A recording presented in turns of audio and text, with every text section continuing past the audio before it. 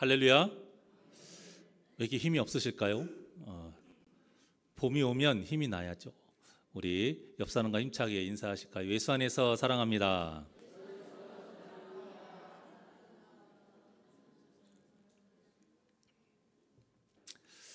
약 30년 전에 메릴린 히키라는 사람이 있는데, 이 이름은 유명하지 않으니까 잘 모르겠지만, 이 사람이 쓴 책 때문에요, 한바탕 세계적으로 기독교에게 문제가 한번 폭풍이 몰고 간 적이 있어요. 책 이름이 뭐냐? 가게에 흐르는 저주를 끊어야 산다. 그리고 이 여파가요, 아직도 사라지지 않고 있어요. 아직도 많은 그리스도인들에게 지금 잘못된 신앙을 심어주고 있습니다. 제가 분명히 말씀드립니다. 오늘 말씀의 제목과 같이 가게에 흐르는 저주, 가게에 흐르는 복 없습니다. 이것은 신앙생활을 운명론 쪽으로 몰아가는 잘못된 신앙인 거예요. 어떻게 그 저주가 흐르는 집안이 있을 것이며 복이 흐르는 그런 나라가 있겠습니까? 이 잘못된 생각으로 잘못된 신앙생활을 해서 하나님께 호되게 당한 민족이 이스라엘이에요, 여러분. 자기네들은 하나님께 선택받은 특별한 민족이라 이거예요. 구원받을 수밖에 없다라는 거예요. 그러니까 마음껏 죄짓고 우상 숭배를 했다가 얼마나 하나님께 혼났습니까? 물론 이 사상을 뒷받침하기 위해서 사용되는 구절이 있긴 해요. 그런데 그것도 앞뒤 상황 다 무시하고 그 말씀의 진짜 뜻을 다 무시하고 그냥 문자적으로 그렇게 해석해서 사용하는 것들 뿐이에요. 말장난인 거예요. 특히 옛날부터 토속신앙, 또 윤회사상, 가문을 중요시하는 이런 한국의 정서 때문에요, 다른 나라보다 우리나라의 이 가계의 저주에 관련된 이 잘못된 신앙이 굉장히 자연스럽게 퍼졌고요, 성경적이지 않음에도 불구하고 아직까지도 이 사상이 뿌리가 뽑히지를 않아요. 심지어는 바르게 신앙생활하는 성도들 중에서도 이 사상에서 완전하게 자유롭지 못한 성도들이 있다는 게 문제예요. 은연중에 집안이 대대로, 우리가 쉽게 그런 말을 하잖아요. 그 집안은 대대로 무당 집안이어서 저주받은 거야. 그래서 그 저주를 복음으로 끊어야 돼. 어떻습니까? 언뜻 보기에는 틀린 말이 아닌 것 같죠? 또 반대로 이런 말을 하기도 해요. 그 집안이 대대로 믿는 집안이기 때문에 복을 안 받을 수가 없어. 어때요? 이 말이 틀렸다라고 생각하십니까? 아니면 맞다고 생각하세요? 좀 헷갈리시죠? 맞는 것 같지만 여러분, 이 안에 운명론적인 단어가 하나라도 있으면 무조건 틀린 거예요. 대대로, 집안이. 여러분, 신앙적으로 좋지 못한 환경이나 좋은 환경을 물려받은 것하고요, 가게에 흐르는 저주나 가게에 흐르는 복은 전혀 다른 의미인 거예요. 맹모 삼천지교라는 말 들어보셨죠? 맹자의 어머니가 아들의 교육을 위해서 좋은 환경을 찾아서 3번 이사한 그 말이에요. 자, 그렇다면 이 말은 맹자의 어머니가 옮겨 다닌 곳을 다른 사람들도 다 옮겨 다니면, 그렇게 공부를 하면 모두 맹자처럼 위대한 학자가 된다라는 뜻입니까? 아니잖아요. 이 말에는 모두 다 100% 아니라고 말해요. 대치동에 있는 유명한 학원에 다닌다고 해서 모두 서울대학교 들어가는 것 아니에요. 아무리 유능하고 유명한 일타 강사에게 배운다고 해서 모두 1등하는 거 아니에요. 중요한 것은 학생이 얼마나 열심히 공부했느냐 아닙니까? 예전에 수능 만점자들 인터뷰하면 하나같이 뭐라고 했어요? 교과서 위주로 공부했대요. 그 말 들으니까 학원 다니고 고액 가해한 사람들의 상대적 박탈감이 엄청 심했다고 합니다. 하기 나름인 거예요, 여러분. 그러니까 반드시 1등을 하고 학교 갈 수밖에 없는 어떤 환경이나 터가 있다? 아닌 거예요. 물론 좋은 환경에서 좋은 선생님을 만나서 공부를 하면 그만큼 더 효율적으로 공부할 수는 있어요. 그래서 똑같은 시간 동안 공부를 해도 더 좋은 결과를 얻을 수는 있습니다. 하지만 좋은 환경에서 공부하는 그 자체만으로, 좋은 선생님에게 배우는 그 자체만으로 당연하게 1등을 하거나 서울대를 가거나 좋은 결과 얻을 수 없는 거예요. 이 당연한 사실을 우리는 모두 다 알고 있어요. 그런데 하나님의 뜻대로 살아야 하는 우리 신앙생활에서 이 사실을 잊어버릴 때가 있다는 거예요. 그래요. 대대로 무당 집안인 곳에서 예수님 만난다는 것, 다른 집안의 환경보다는 당연히 힘들죠. 힘들어요. 설사 예수님을 믿는다 해도 그 믿음을 지키는 것이 참 어렵습니다. 사실 맞아요. 하지만 그렇다고 해서 그 집안이 본래 저주가 흐르는 집안인 것은 아니라는 거예요. 그렇게 하나님이 정해놓으시고 그 집안은 구원받을 수 없어. 무당만 있어야 돼. 여러분, 그런 집안이 아닌 거예요.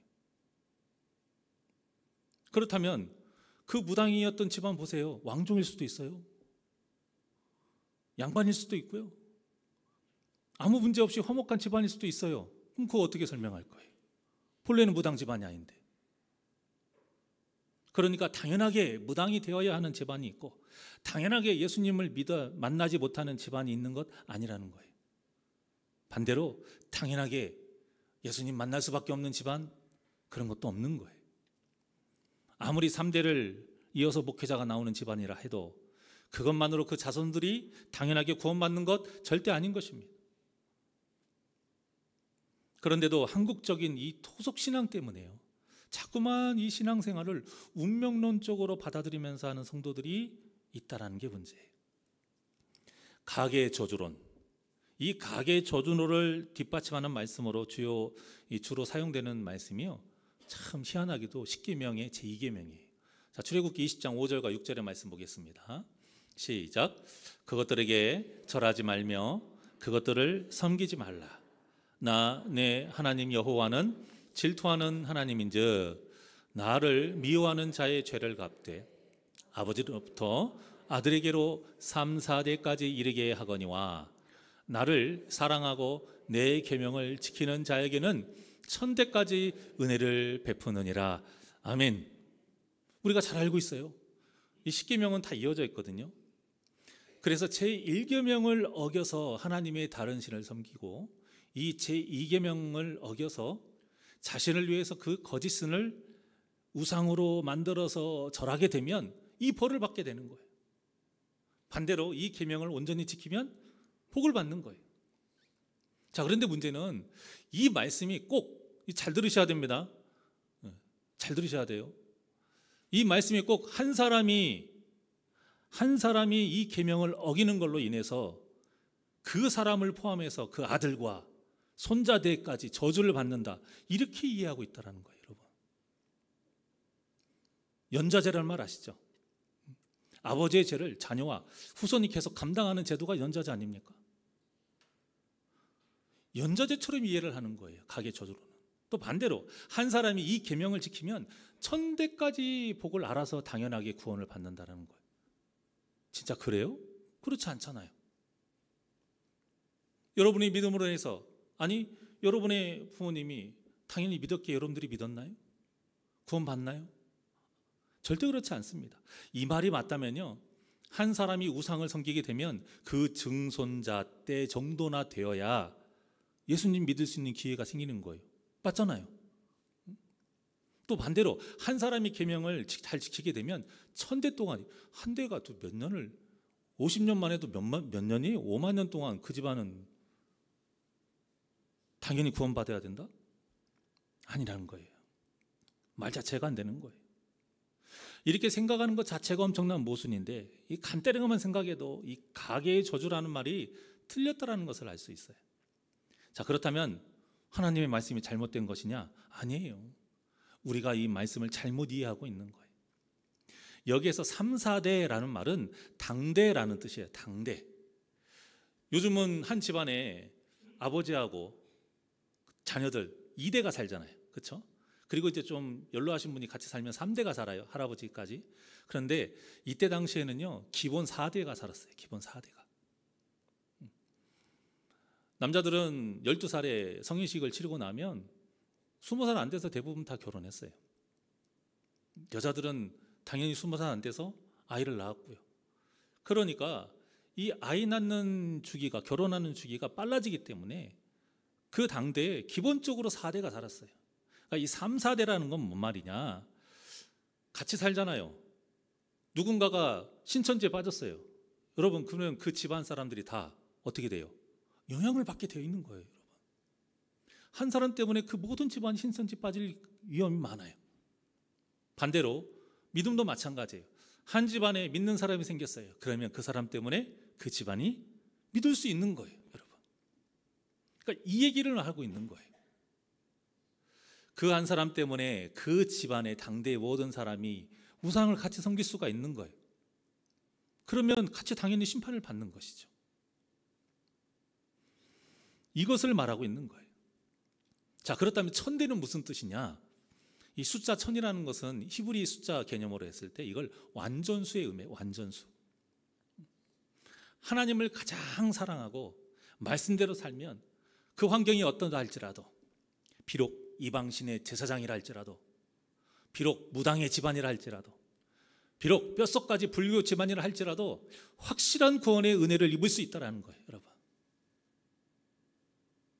그러니까 결과적으로는 이 말씀이 가계의 저주라는 사상이 틀렸다는 것을 주장하는 말씀인데, 이것을 가지고 가계의 저주를 주장하고 있어요.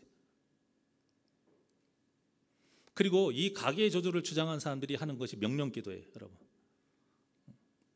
예수 이름으로 명령하면 그 가계의 저주를 끊을 수 있다는 거예요. 틀린 말은 아닌 것 같죠? 예수 이름에 권세가 있으니까. 그런데 그렇게 되면 하나님께서 십계명을 정해주신 의미가 없는 거예요. 한 사람이 우상을 섬겼는데 그 자녀가 예수 이름으로 명령하면 3, 4대까지 겪어야 할 저주가 끊어진대요. 달콤하지만 말이 안 되는 거예요. 우리가 조금만 생각해봐도 이게 얼마나 황당한 주장인지를 알 수 있는데,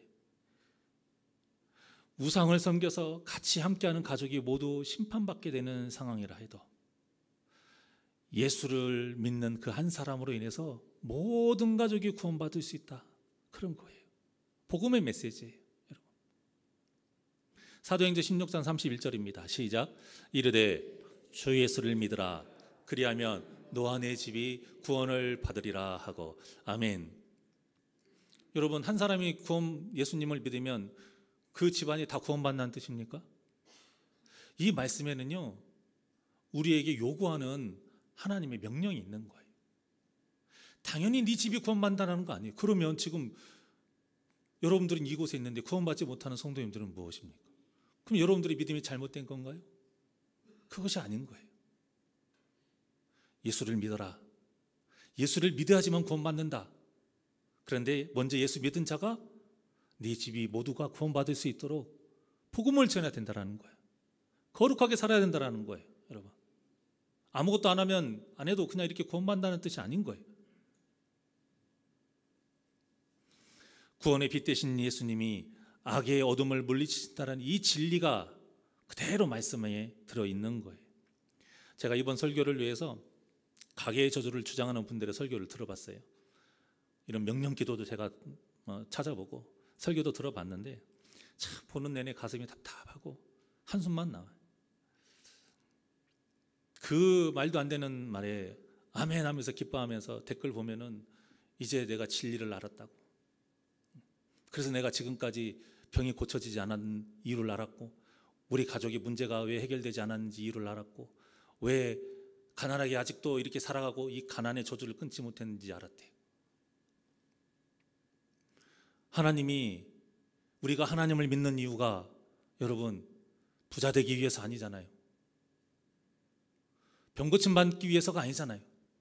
능력이 있으시지만 그 모든 것은 하나님의 권한이에요. 우리는 구원받기 위해서 예수님 믿습니다. 믿으십니까? 그런데 말로는 구원받는다고 하면서 실제 우리가 삶으로 원하는 건 다 부자 되는 것. 이 가계 저주론이 의미하는 건 결국 그거예요. 복음의 메시지가 아예 없는 게 아니에요. 있어요. 있는데 듣다 보면 결국에는 그거예요. 그 저주 끊어서 뭐 하라고요? 잘 먹고 잘 살아라는 거예요. 부자 되라는 거예요. 병 고쳐야 된다라는 거예요. 여러분, 예수님이 이 땅에 오셔서 끊임없이 말씀하시는 건 그것이 아니에요. 나를 닮아라예요. 나를 닮아가라 이거예요. 예수님의 마지막 지상 명령이 뭐였어요? 땅끝까지 이르러 내 증인이 되라. 그게 무슨 말이에요? 작은 예수로 살아가라 그거예요. 예수님의 제자로 살아가라 그거예요. 어떤 목회자가 그 가게의 저주를 끊는다고 10분 넘게 그 명령 기도를 하는 영상을 봤어요. 복음에 대한 그 메시지도 있는데 결국에는 가난의 저주, 질병의 저주, 형통하지 못한 그런 저주 끊는다, 이런 세상적인 내용이에요. 여러분 10분 넘게 이런 명령 기도 해봐요. 결국에는 그런 내용밖에 안 나와요. 이렇게 되면 어떤 일이 벌어지느냐? 성도의 믿음이 그 가정과 환경에 있는 문제가 해결되냐 해결되지 않느냐로 이제 판단이 되는 거예요. 똑같이 가게의 저주를 끊는 명령 기도를 하는데 결국에는 그 문제가 해결되는 결과로 믿음이 판단되고 하나님이 역사하신다는 것을 판단하는 이런 잘못된 일이 벌어져요. 예수님께서 분명히 말씀하셨습니다. 우리들의 먹을 것, 마실 것, 입을 것을 위해 기도하지 말아라. 이것은 다 이방인의 기도다. 하나님은 우리의 필요를 다 하신다고 말씀하시면서 오직 하나님의 나라와 의를 위해 기도하라 분명히 가르치셨어요. 물론 우리의 가난과 고난과 문제, 질병, 자녀를 위한 기도 당연히 할 수 있는 거예요. 여러분, 중요한 것은 그 기도를 가게에 흐르는 저주를 끊기 위해서라는 이런 잘못된 신앙을 가지고 기도하면 안 된다는 거예요. 제가 설교 영상도 봤는데 내용이 비슷한데요. 오늘 이 본문의 방금 우리가 봉독했던 출애굽기 20장 5절과 6절 이 말씀으로 설교를 하는 내용을 제가 간략하게 설명을 드리면 3, 4대까지 죄를 갚는다, 이 말씀을 아브라함의 가족을 예로 들더라고요. 아브라함이 아브람 때 애굽 왕 바로에게 그 자기 아내 사레죠, 그 사레를 무서워서 누이라고 속여가지고 그 아내를 다른 남자에게 파는 저주가 임했다는 거예요. 그 저주가 임해서 그 아들 이삭도 아내 리브가를 블레셋 왕 아비멜렉에게 팔았다 이거예요.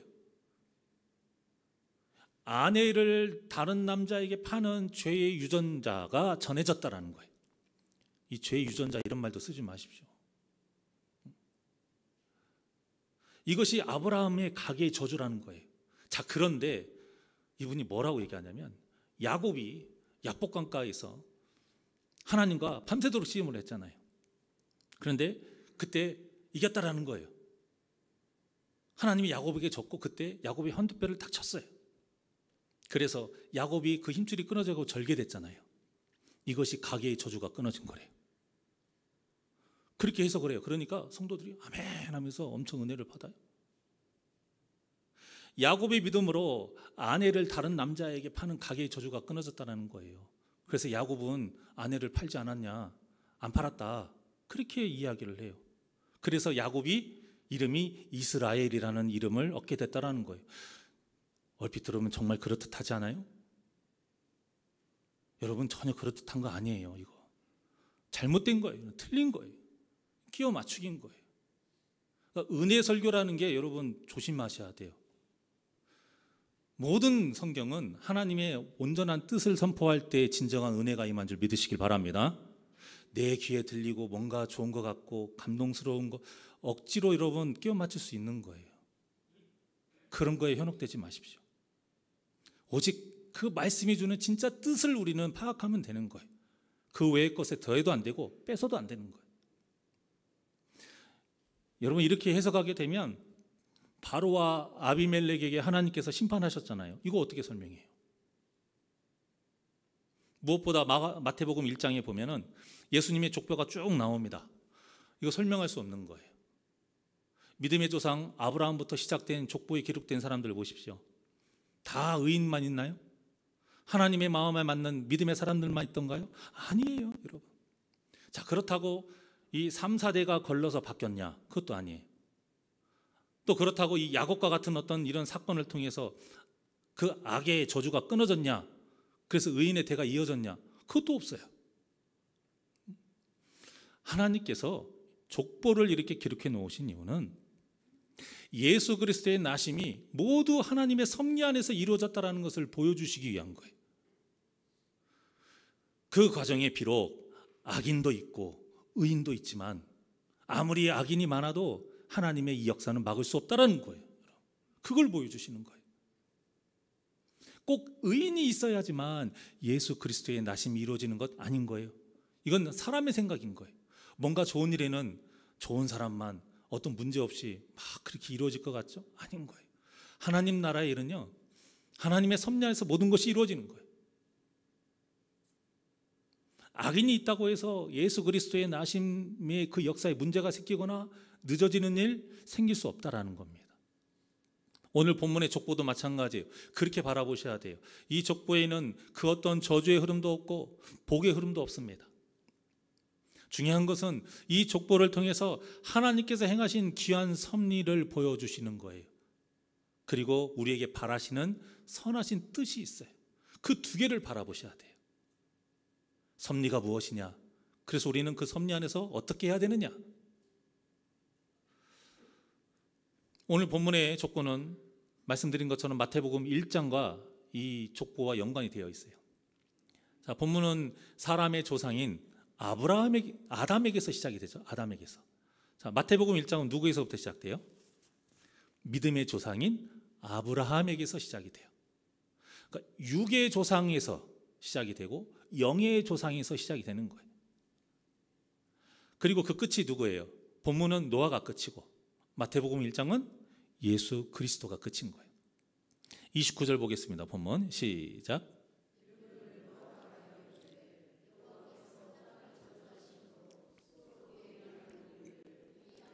아니하리라 하였더라. 아멘. 자, 이 사람 이름의 뜻이 굉장히 중요한데요. 노아는 그 이름의 뜻답게 죄로 물들어 버린 그 땅을 안위하게 하는 도구로 쓰임 받은 거예요. 안위하게 하는 도구. 하나님께서 노아를 통해서 이 죄로 물든 세상을 홍수로 싹 심판하시고 새롭게 시작하신 거예요.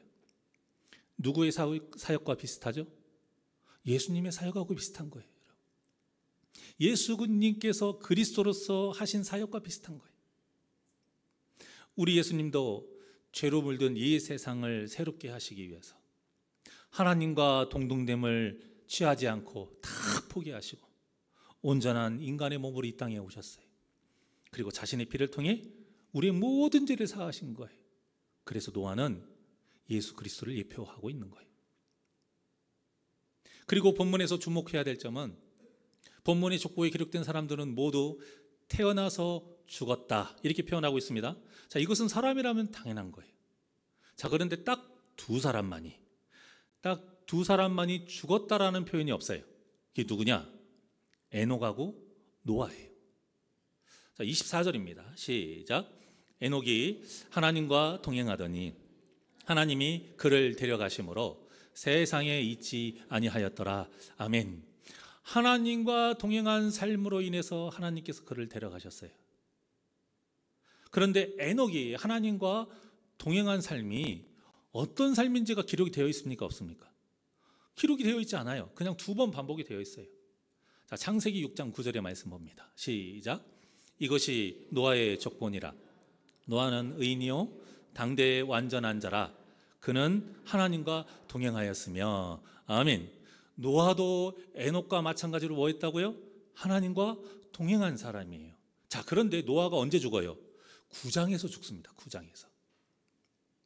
그러니까 에녹이 어떤 삶을 살았는지, 어떤 삶이 하나님과 동행한 삶인 것인지를 노아를 통해서 6장부터 9장까지 긴 내용으로 설명하고 있는 거예요.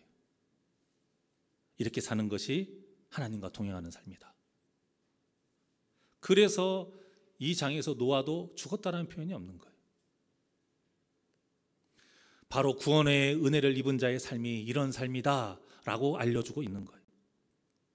여기서 오해하시면 안 되는 것이 이런 삶이 구원을 받을 수 있도록 하는 삶이다라는 뜻이 아니라는 겁니다. 구원은 오직 하나님의 은혜. 본문에서도 에녹이 65세에 무두셀라를 낳은 후에 300년 동안 하나님과 동행했다라고만 나왔지 구원을 받을 만한 어떤 그 이유도 없었고 조건도 없었어요. 자, 그런데 노아를 통해서 어떻게 구원받았는지 정확하게 기록되어 있거든요. 창세기 6장 8절입니다. 시작. 그러나 노아는 여호와께 은혜를 입었더라. 할렐루야. 오직 하나님의 은혜로 구원을 입은 줄 믿으시길 바랍니다. 그러니까 하나님은 우리에게 아담과 하와와 같이 구원의 은혜를 입었으면서도 죄를 지어서 사망의 심판을 받는 삶을 살지 말아라.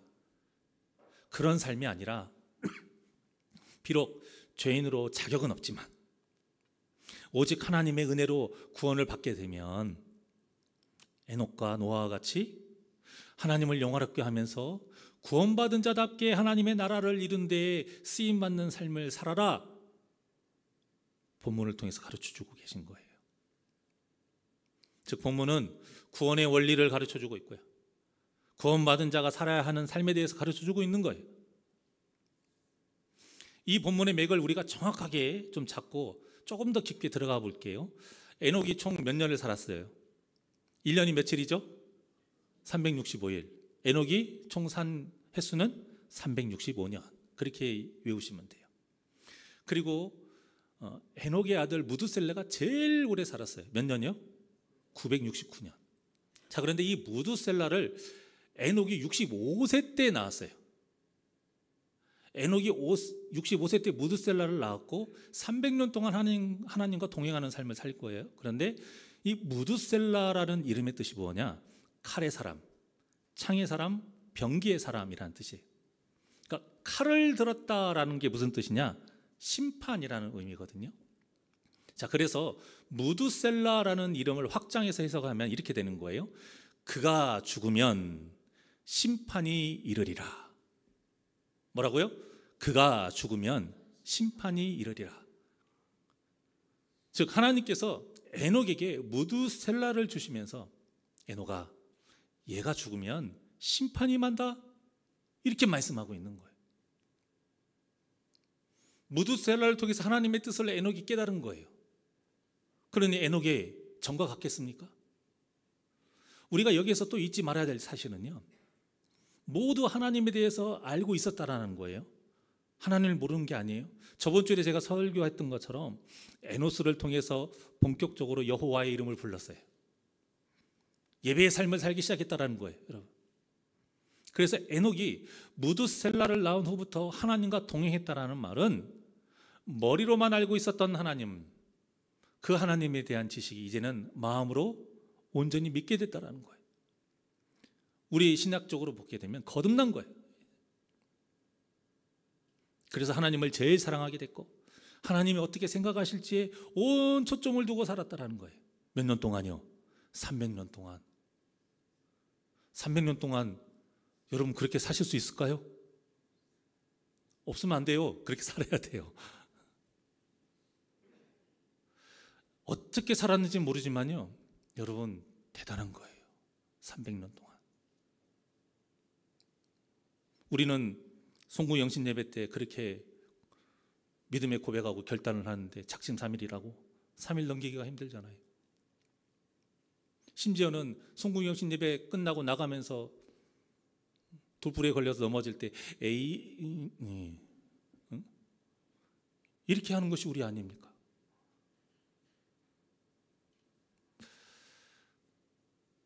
그래서 하나님을 제일 사랑하게 되는 이 동행하는 삶, 또 아까 말씀드린 것처럼 이 노아의 그 자세한 삶을 통해서 이렇게 사는 것이 은혜 받은 자답게 사는 거야, 이렇게 사는 것이 하나님과 동행하는 삶인 거야 라고 가르쳐 주시는 거예요. 자, 그리고 실제 무두셀라의 이름답게요, 홍수 심판이 언제 이루어졌느냐? 무두셀라가 죽은 해에 이루어졌어요. 우리가 착각하는 것 중에 하나가요, 이 아담부터 사람들의 수명이 굉장히 길다 보니까 그 자손들과의 차이도 와 되게 길겠구나, 넓겠구나 이렇게 생각하는데 그렇지 않아요. 오히려 자녀는 일찍 낳고 너무 오래 사니까 대부분이 동시대에 살았어요, 여러분. 그거 착각하시면 안 돼요. 아담이 몇 년 살았어요? 930년 살았습니다. 자, 이것을 본문의 족보대로 계산을 해보잖아요. 그러면 아담이 언제 죽었냐면 무두셀라의 아들 라벡이 56세 때 되는 해 죽은 거예요. 그러니까 아담은 에녹과 300년 넘게 같이 산 거예요, 여러분. 그 시대에 엄청나게 많은 대수가 산 거예요. 그리고 라멕이 노아를 낳았을 때가 무드셀라의 나이가 369세. 성경에 보면 홍수 심판이 일어났을 때 노아의 나이가 몇 살이에요? 몇 살이에요? 600살이에요. 600살. 369세 때 노아가 태어났고요. 무드셀라 나이 369세 때 노아가 600세, 합이 더하면 몇 세예요? 969세. 그때 노아 홍수 심판이 시작이 된 거예요. 어떻습니까? 하나님의 말씀대로 이루어진 거죠. 그 무드셀라가 죽을 때에 심판이 일어날 거야. 말씀대로 이루어진 거예요. 이처럼 본문에 족보와 나이가 정확하게 기록된 가장 큰 이유는 이 모든 일이 하나님의 섭리 안에서 이루어졌다는 사실을 알려주시기 위함인 거예요. 하나님의 섭리가 가장 큰 권세인 거예요. 그 모든 일들이 그 안에서 이루어지는 거예요. 그리고 이와 함께 우리가 깊이 생각해 봐야 될 것이 있습니다. 여기에서 기록된 인물 중에서 누가 구원받았느냐? 몰라요. 우리는 몰라요. 하지만 많은 사람들이 지금 동시대에 살았다고 말씀드렸죠. 그런데 이 무드셀라를 통한 하나님의 심판의 메시지 다 알고 있었어요. 그리고 자녀들에게 다 가르쳐줬어요. 그런데 하나님과 동행했다라고 인정받은 사람은 에녹과 노아 단 둘뿐이라는 사실이에요. 저는 본문을 묵상하면서 우리 새날교회 성도님들이 함께 예배하고 있는 지금 이 모습이 딱 떠올랐어요. 똑같은 말씀을 똑같은 시간에 똑같은 장소에서 듣고 있는데 이 중에서 누군가는 귀로만 들을 수 있고요. 그래서 전과 그냥 똑같을 수 있고요. 어떤 누군가는 마음에 새겨서 하나님과 동행하는 삶을 살 수 있다는 그 사실이 마음에 너무 무거웠어요. 그래서 저는 간절히 바랍니다. 우리 새날교회 성도님들은 에녹과 노아와 같이 하나님께서 주신 말씀을 다 마음에 새기셔서 한 사람도 빠짐없이 모두 하나님과 동행하는 삶을 사시기를 간절히 소망합니다. 하나님은 우리가 은혜로 구원받은 자답게 살기를 바라셔서 이렇게 성경에 기록해 놓으신 거예요. 그런데 우리가 자꾸 무슨 가계의 저주니 가계의 복이니 하는 말이 휘둘려서 정작 중요한 것을 놓치고 있다는 거예요. 물론 모든 것이 악한 모든 것은 죄에 관련된 것은 다 마귀가 장난하는 거예요. 맞아요. 하지만 한 사람의 선택으로 인해서 그 후손들이 같이 감당해야 하는 이 운명론적으로 받아들여서는 안 된다는 거예요.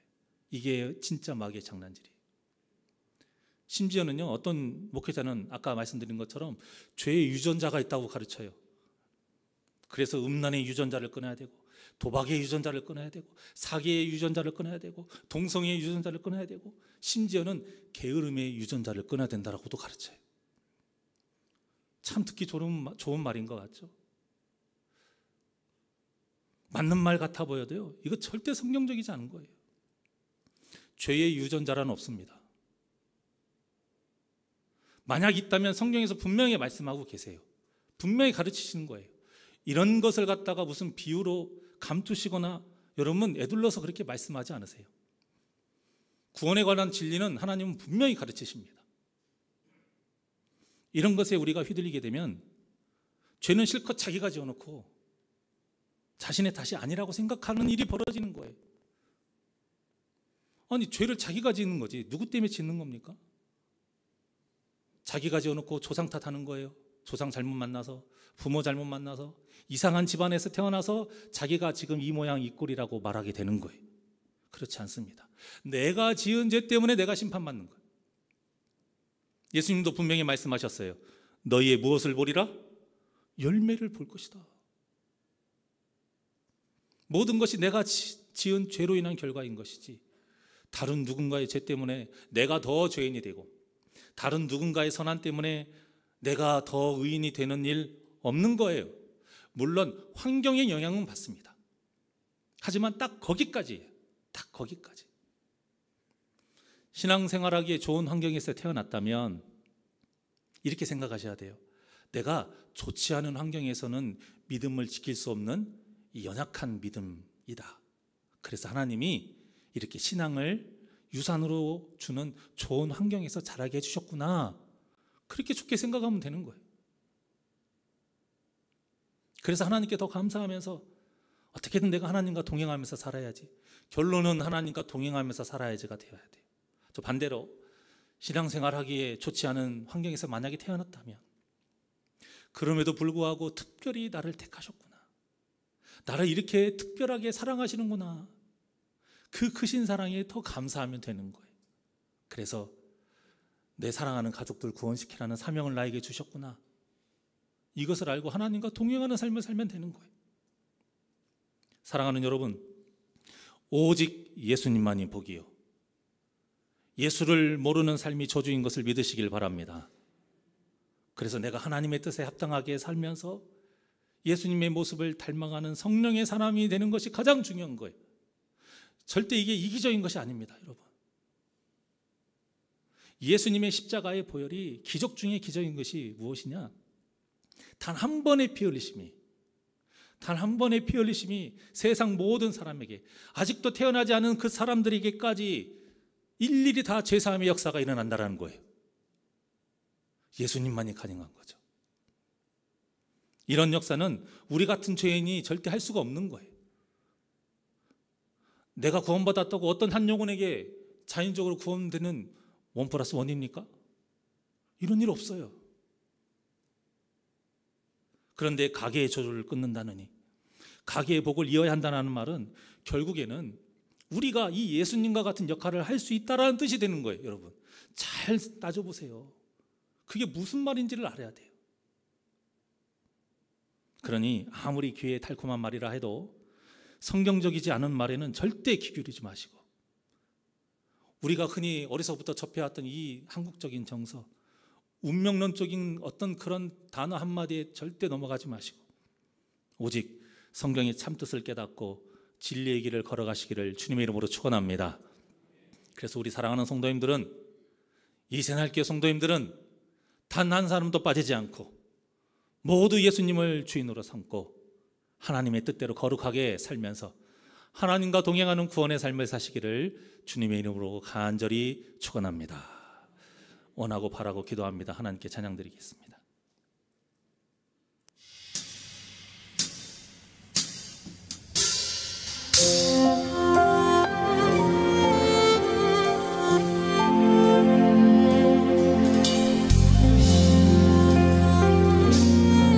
이 세상을 살아가는 동안, 이 세상을 살아가는 동안에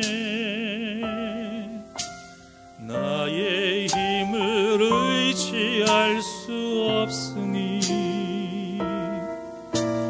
기도하거나 낙심하지 말 것은 주께서 참 소망이 되심이라. 이 세상을 살아가는 동안에 나의 힘을 의지할 수 없으니 기도하거나 낙심하지 말 것은 주께서 참 소망이 되시리라. 하나님의 꿈이 나의 비전이 되고 예수님의 성품이 나의 인격이 되고 성령님의 권능이 나의 능력이 되길 원하고 바라고 기도합니다. 우리 하나님과 동행하는 삶을 살길 바라시면서 두 손을 가슴에 얹고 우리 찬양을 곱씹 으면서 고백하겠습니다. 주의 길을 걸어가는 동안에 세상 향해 것 의지할 수 없으니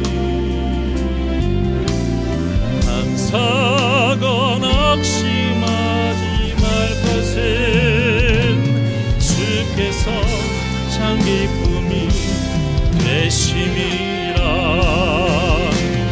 하나님의 꿈이 나의 비전이 되고 예수님의 성품이 나의 인격이 되고 성령님의 거룩이 나의 능력이 되길 원하고 바라고 기도. 하나님의 꿈이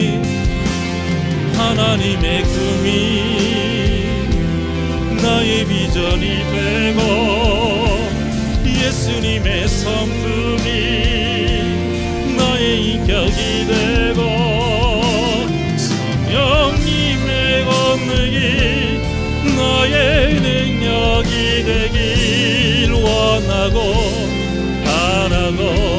우리 두 손 높이 들고 고백합니다. 하나님의 꿈이 나의 비전이 되고 예수님의 성품이 나의 인격이 되고 성령님의 권능이 나의 능력이 되기 원하고 바라고 기도. 하나님의 우리의 비전이 되고 나의 비전이 돼 예수님의 성품이 나의 인격이 되고 나의 인격이 되고 성령님의 권능이 나의 능력이 되기 원하고 바라고 기도합니다.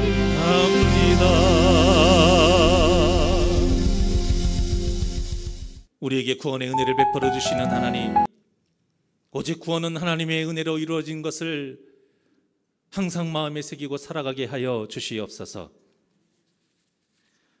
거짓 선지자들이 세상의 말로, 귀에 듣기에 달콤한 말로 하나님의 복음을 섞어서 교묘하게 우리를 유혹합니다.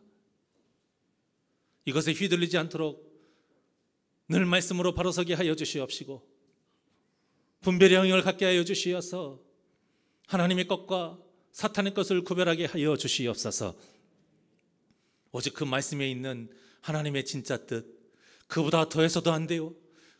거기에서 뺏어도 안다는 것을 우리가 바로 알고